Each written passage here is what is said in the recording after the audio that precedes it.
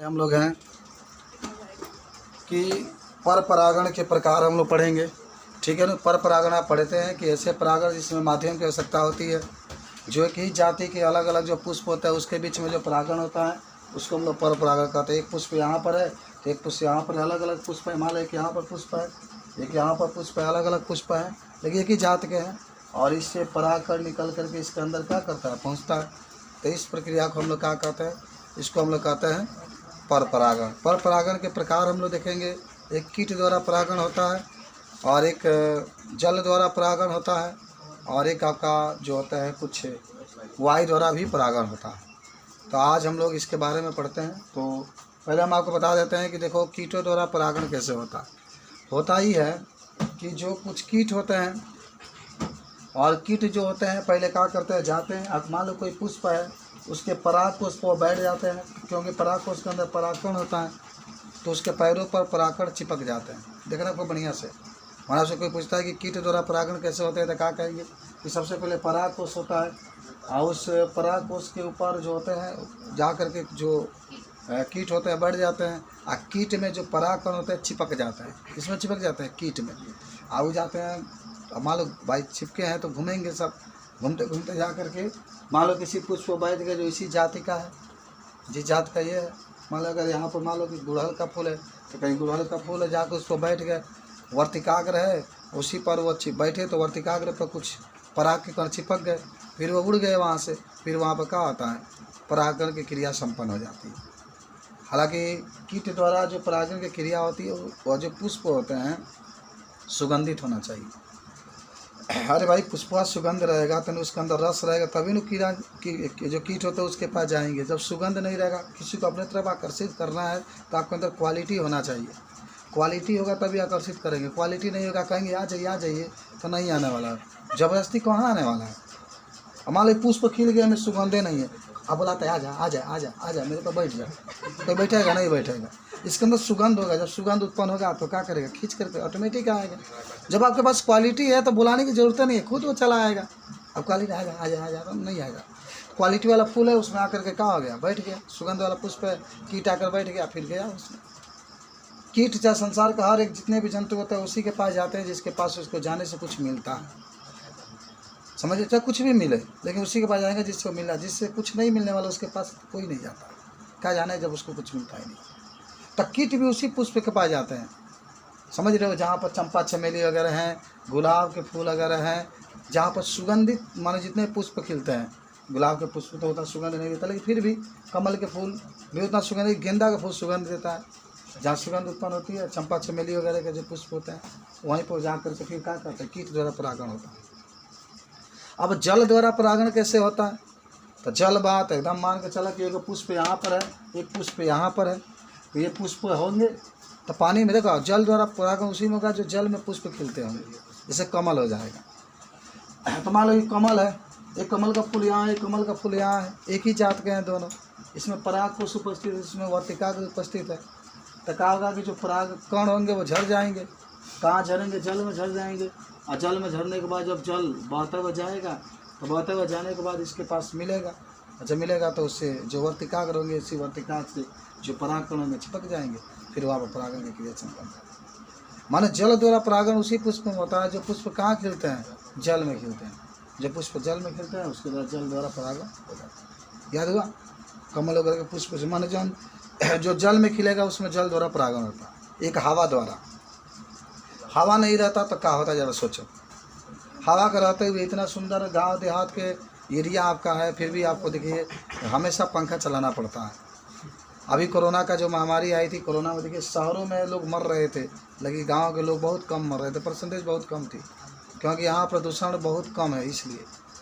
तो वायु का काम क्या होता है, वायु एकदम बहती है तो अपने साथ उधिया कर लेकर चली जाती है। और हवा में वो रफ्तार है कि चाहेगी तो पूरा घर एक ही बार में गिरा कर चली जाएगी। तो हवा क्या करता है कि मान लो कोई एक पराग कोष है, इसके अंदर पराग कण परिपक्व हो गया है, हवा बहा और कुछ पराग के कण को उड़ाकर अपने साथ लेकर गया, कहीं वर्तिकाग्र है वहाँ पर लिया करके छोड़ दिया। माने उस पर उड़ते हुए जा रहे थे, जा करके चिपक गए। चिपकने के बाद उसको वर्तिकाग्र है, उसको परागकण की ज़रूरत है, और हवा ने परागकण को उड़ा करके ले जाकर इसके अंदर क्या कर दिया, चिपका दिया। तो इसको हम लोग कहते हैं वायु द्वारा परागण। वायु द्वारा क्या करते हैं? परागण। तो ये था पर परागण कुछ बात, वायु द्वारा परागण कैसे होता है, जल द्वारा परागण कैसे होता है, और जो कीट होते हैं कीट द्वारा परागण कैसे होता है। अगर ये बातें आपसे पूछी जाती है तो सब लोग कहीं भी खड़े होकर के जैसे मैं बोल रहा हूँ आप बता सकते हैं कि इसके द्वारा ये होता है। चलिए उसके बाद से होता है निषेचन, याद करो, निषेचन भी याद होगा। नर युग्मक, नर युग्मक के रूप में क्या होता है? शुक्राणु होता है, आप याद जरूर रखेंगे, नर युग्मक के रूप में शुक्राणु होता है। अब मादा युग्मक, मादा युग्मक के रूप में अंडाणु होता है। हालांकि अगर मैं कह दूँ कि मनुष्य का प्रमुख जनन अंग क्या है तो क्या कहेंगे? वृषण। और स्त्री का प्रमुख जनन अंग क्या है? अंडाशय। देखो प्रमुख जनन अंग कहेगा तो वृषण कहिएगा और उसमें अंडाशय कहिएगा। वृषण क्यों कह रहे हैं मालूम है? वृषण का क्या कार्य होता है? हाँ, इसी वृषण में शुक्राणु का निर्माण होता है, समझ रहे हैं? वृषण आप देखें ना, तो नो जो आपका वो है उसी को वृषण कहते हैं। उसी में शुक्राणु का निर्माण होता है, इसको शीशन कहा जाता है, उससे निकलता है। स्त्री में अंडाशय होता है, उसमें अंडाणु का निर्माण होता है, समझ रहे हैं? चलो, तो निषेचन क्या होगा? नर युग्मक और मादा युग्मक के मिलने के क्रिया को क्या कहते हैं? निषेचन कहते हैं। हमारा शुक्राणु स्त्री का अंडाणु जब मिल गया तो इसी क्रिया को क्या कहते हैं? निषेचन। अच्छा, निषेचन जानते हो ना किस में होता है? पुरुष में होता है कि स्त्री में? स्त्री में। वो भी स्त्री के जो फैलोपियन नलिका होता है उसके अंदर होता है। फैलोपियन जो नलिका होता है उसके अंदर निषेचन की क्रिया होती है, वहीं पर अंडाणु। अच्छा, कौन गतिशील होता है? शुक्राणु गतिशील होता है कि अंडाणु? शुक्राणु गतिशील होते हैं। और शुक्राणु गति करते हुए अंडाणु से क्या करते हैं? मिलते हैं, टच करते हैं। अगर सही समय पे मिले, सही तरीके से मिले, तो फिर वहाँ पर एक भ्रूण का निर्माण होता है और वो गर्भाशय के अंदर जाता है, फिर वहाँ से एक नए बच्चे का निर्माण। तो निषेचन कोई पूछेगा, बहुत सिंपल सी है। नर युग्मक और मादा युग्मक जब आपस में क्या होता है? मिलते हैं, तो इसी को क्या कहा जाता है? निषेचन कहा जाता है। नर युग्मक के रूप में कौन होता है? शुक्राणु होता है। मादा युग्मक के रूप में अंडाणु होता है। दोनों मिलते हैं तो निषेचन किया जाता है। अब आइए बाह्य निषेचन। निषेचन दो प्रकार का होता है, एक आपका बाह्य निषेचन होता है, एक अंतर निषेचन होता है। तो बाह्य निषेचन सब लोग जानते होंगे, किसे कहते हैं? तो शरीर से बाहर होता है भाई। वैसे निषेचन जो शरीर से क्या होता है? बाहर होता है, उसको बाह्य निषेचन कहते हैं। हालांकि ये निषेचन की क्रिया ज़्यादा जल में ही होता है। जो मेढक वगैरह होते हैं अंडा देते हैं और फिर अंडा से शुक्राणु मिलते हैं सब, और उसके बाद से आपका होता है। उसके बाद से आपका होता है अंतर निषेचन, जो शरीर के अंदर होता है। माने ऐसे ही पता चलेगा, अंतर का मतलब अंदर। जो शरीर के अंदर निषेचन होता है उसको क्या कहते हैं? अंतर निषेचन कहते हैं। उदाहरण में मनुष्य हो जाएगा, मनुष्य में स्त्री और पुरुष। अलग निषेचन स्त्री के अंदर ही होता है, लेकिन अंतर निषेचन होता है। उसके बाद से परागण और निषेचन में हम लोग अंतर देखेंगे, ये क्या क्या होता है। चलिए पहले हम लोग पढ़ते हैं पर परागण के प्रकार। चलिए, ये बायोलॉजी में कोई दम है नहीं, बस आपको पता नहीं। पर परागण के प्रकार, पर परागण के प्रकार। तले के लोग पर परागण मुख्य रूप से कितने प्रकार के होते हैं? 3 प्रकार के होते हैं।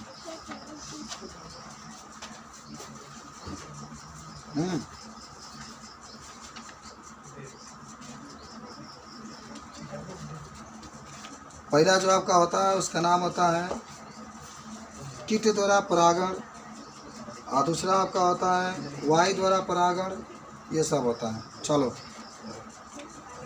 तो पहला लिख लेना कीट द्वारा परागण। कीट द्वारा परागण, कीट द्वारा परागण, ठीक है। तो कीट द्वारा परागण होता है तो किस में होता है? जिस पुष्प में क्या होता है? सुगंध होता है। लिखो, जब कीट पराग कोश से चुपचाप पढ़ो। पराग कोश से पराग कण निकलकर, पराग कण निकलकर वर्तिकाग्र तक, परागकण निकाल कर लिखना, वर्तिकाग्र तक पहुंचा देता है, तो उसे कीट परागण कहते हैं। याद कर लेना सब लोग, कीट परागण कहते हैं। लेकिन इसमें परागकण कीट के पैरों में चिपक जाते हैं, कीट के पैरों में चिपक जाते हैं तथा कीट के पैरों में चिपक जाते हैं तथा वे इसे वर्तिकाग्र पर छोड़ देते हैं, जिससे परागण की क्रिया संपन्न होती है। परागण की क्रिया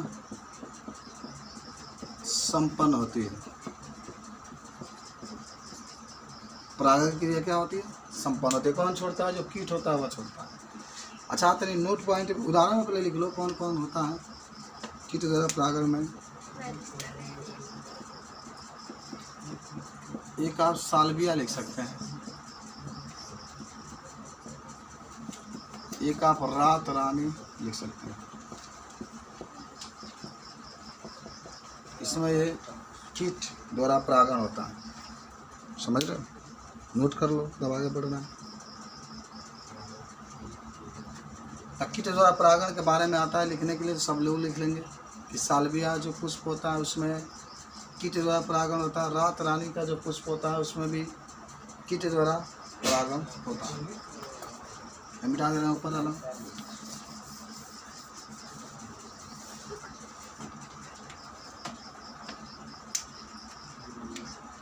नोट पॉइंट में एक लिख लेना कि कीट द्वारा परागण में कीट द्वारा परागण में पुष्प सुगंधित होता है। पुष्प सुगंधित होता है। कीट द्वारा जो परागण होता है। जल द्वारा परागण, सेकेंड नंबर, जल द्वारा परागण।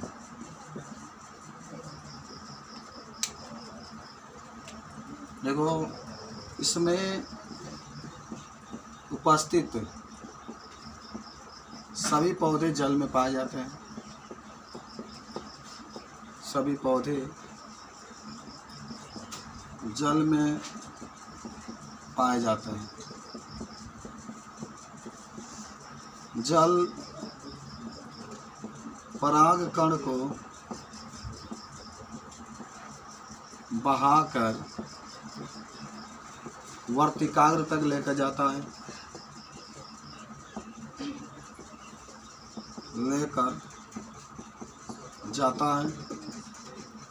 तथा वर्तिकाग्र पर छोड़ देता है, जिससे वहाँ परागण की क्रिया संपन्न होती है। परागण की क्रिया संपन्न होती है। उदाहरण में तो सबसे हिट उदाहरण क्या होगा बताओ? कमल ही लिख लो, और या बैलिस, मेरिया भी लिख सकते हैं। कमल याद रखना, ये तो आप अपने लाइफ में देखते भी। ये जल द्वारा परागण होता है। हालांकि जल द्वारा जो परागण होता है इसमें सभी पौधे जल में ही पाए जाते हैं। एक पौधा जो होता है पराग कोश से परागकण लेकर के दूसरे पौधे तक क्या होता है पहुंचा देता है, और इसी को हम लोग कहते हैं काची जल द्वारा परागण। ठीक है, इस तरीके से जल द्वारा क्या होती है परागण की क्रिया होती है। सब चीज़ आपको जानकारी होना चाहिए, इसके बारे में आप बता भी सकते। ठीक हो गया?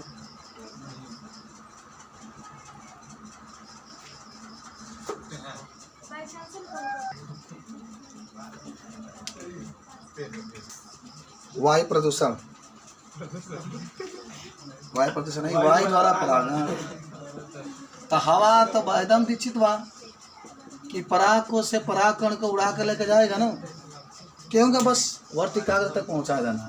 तो लिख लो कि जब वायु पराग कोश से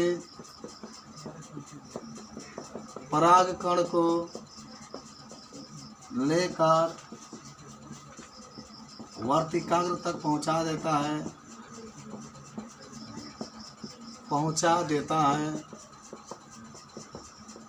तो इसे वायु द्वारा परागण कहते हैं। तो इसे वायु द्वारा परागण कहते हैं। समझ गए? अधिकतर माने ऐसे पुष्प होंगे जिसमें माने ऑटोमेटिक परागकण निकल जाते होंगे, तभी तो हवा उसको उड़ा के लेके जाता होगा। मक्का हुआ, बांस हुआ, गन्ना हुआ, माने जितना अधिकतर पौधे देखते हैं सब वायु द्वारा ही होता है। उदाहरण में लिख लो। हाँ एकदम होता है, सूरजमुखी में भी हो जाएगा। मक्का लिखो, मकई के बाल खाए हो। हाँ, बांस लिखो। और एक और लिख लो, चलो सूरजमुखी भी लिख लो, सूर्यमुखी। चलिए, ये जो हमने के देखते हैं तो हम लिखे ये रहा आपके वायु द्वारा परागण। ठीक है, परागण लिख लीजिए। वायु द्वारा परागण के लिए हवा जो होता है ना, परागकणों को उड़ा के लेकर के जाता है, और जाने के लिए सब मन बातें आपकी होती हैं। ठीक है, इस तरीके से आप बता सकते हैं।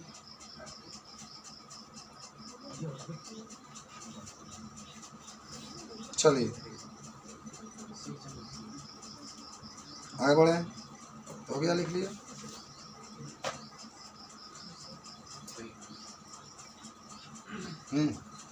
अब आ जाते हैं हम लोग निश्चन के पास। मिटा रहे हैं इसको। निश्चन अंग्रेजी में कोई बताएगा?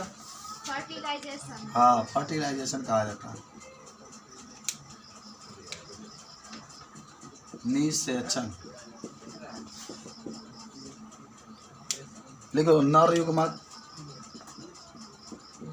युग्मक और मादा युग्मक के संलयन को निषेचन कहते हैं। निषेचन कहते हैं। बहुत छोटा सा डिफिनेशन था आपका कि नर युग्मक लो, मादा युग्मक लो, नर भाई मादा के में मिला दो तब निषेचन हो गया। अलग अलग रहेंगे तो ठीक ठाक है, मिले निषेचन। तो यहाँ पर होगा नर युग्मक प्लस मादा युग्मक, और यहाँ पर होगा निषेचन। क्या बनेगा मालूम है? जाइगोट। जाइगोट की हिंदी में क्या कहते हैं बताओ? युग्मनज कहा है। तो अभी पढ़ना है इस अभ्यास में। अब बताओ यहाँ पर नर युग्मक के रूप में क्या लोगे? शुक्राणु। और मादा युग्मक के रूप में क्या लोगे? अंडाणु। कहाँ बनने वाला है? युग्मनज। जाइगोट इसको यही होता है फर्टिलाइजेशन, निषेचन। जब नर युग्मक और मादा युग्मक आपस में मिलते हैं तो इसी को कहा जाता है निषेचन। तो नर युग्मक और मादा युग्मक के संलयन को क्या कहा जाता है? निषेचन। हो गया, लिख लिए सब लोग? जी हो गया। नर युग्मक और मादा युग्मक के संलयन को निषेचन कहा जाता है। अब आइए निषेचन के प्रकार। निषेचन के प्रकार।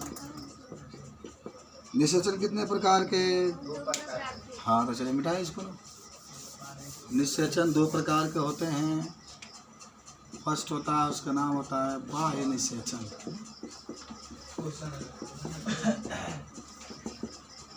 बाह्य निषेचन याद है ना? बाह्य निषेचन क्या होता है? तरीका लो। जब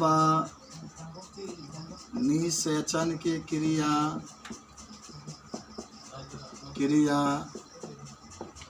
शरीर के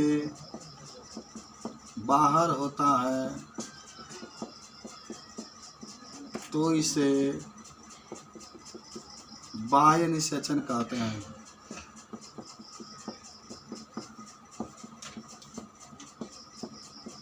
तो इसे बाह्य निषेचन कहते हैं। जब निषेचन की क्रिया शरीर के बाहर होता है तो इसे क्या कहते हैं? बाह्य निषेचन कहते हैं। अगले के नाम अधिकतर यह निषेचन जल के अंदर होता है। जल के अंदर होता है। अधिकतर यह निषेचन जल के अंदर होता है, जैसे मछली, मेढक इत्यादि लिख सकते हैं। चलो नोट कर लो। तो बाह्य निषेचन शरीर के बाहर होता है। अधिकतर यह निषेचन जल में ही पाया जाता है। जल में ही निषेचन की क्रिया संपन्न होती है। अंतः निषेचन, अंतः निषेचन। तो अंतः का मतलब अंदर, तो लिख लो। जब निषेचन की क्रिया, हाँ, जब निषेचन की क्रिया शरीर के अंदर होती है, शरीर के अंदर होती है, तो उसे अंतः निषेचन कहते हैं। तो उसे अंतः निषेचन कहते हैं। जैसे उदाहरण में मनुष्य आप लिख सकते हैं। उदाहरण में कहाँ लिख सकते हैं? अरे भैया मनुष्य आप लिखिए, सभी आप पशु लिखिए। बाघ देखते हैं, बाघ हुआ, शेरनी हुई, जितने माने जंतु होते हैं सबके अंदर अंतः निषेचन पाया जाता है। चलिए देख लेना, वैज्ञानिक बन के जाओ, देखोगे तो जाओ देखो, कोई मना किया है? जाओ चिड़ियाघर में ही देखो, वैज्ञानिक बनने की क्या जरूरत है। चलो नोट में लिख लेना कि अंतः निषेचन मनुष्य के अंदर, मनुष्य के स्त्री के अंदर लिख लेना, स्त्री के अंदर होता है। और यह निषेचन फैलोपियन नलिका में संपन्न होती है, संपन्न होती है। आगे लिख लेना कि इसमें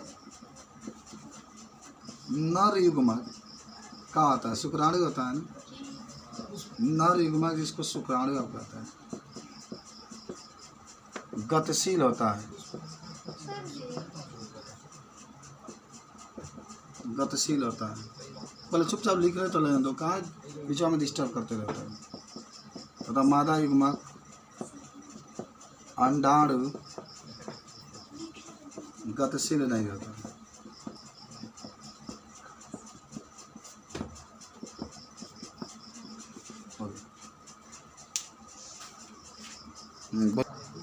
परागण और निषेचन में अंतर। परागण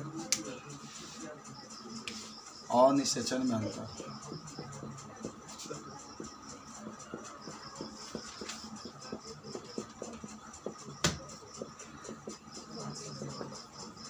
परागण और निषेचन में अंतर। यहाँ पर लिख लेना परागण और यहाँ पे लिख लेना निषेचन। देखो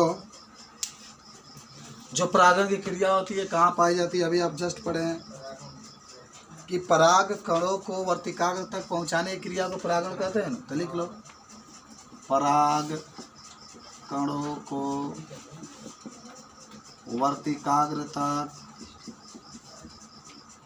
पहुँचाने की क्रिया को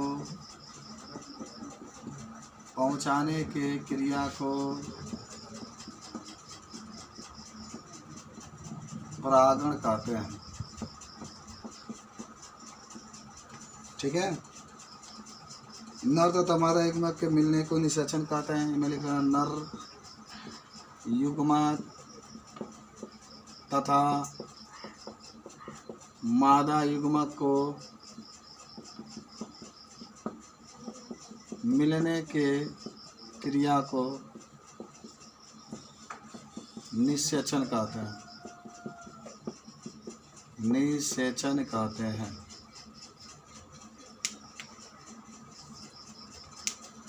दूसरा,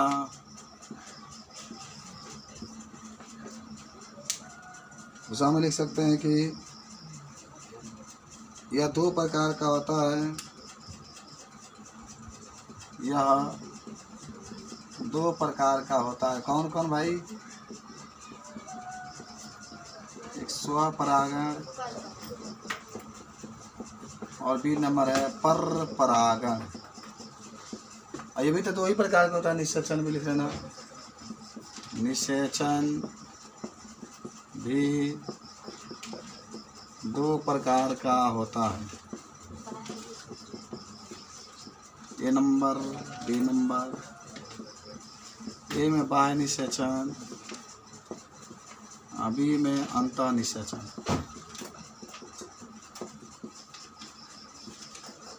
तीसरा, यह अनेक माध्यमों से होता है। यह अनेक माध्यमों से होता है। जल, वायु, कीट अभी पढ़े थे ना।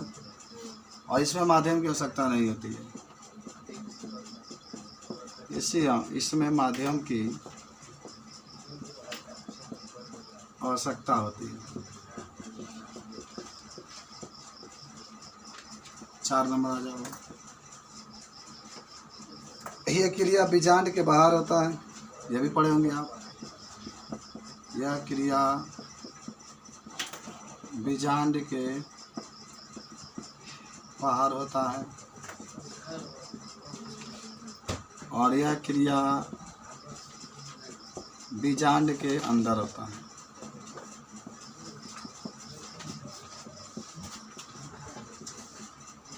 यह क्रिया बीजांड के अंदर।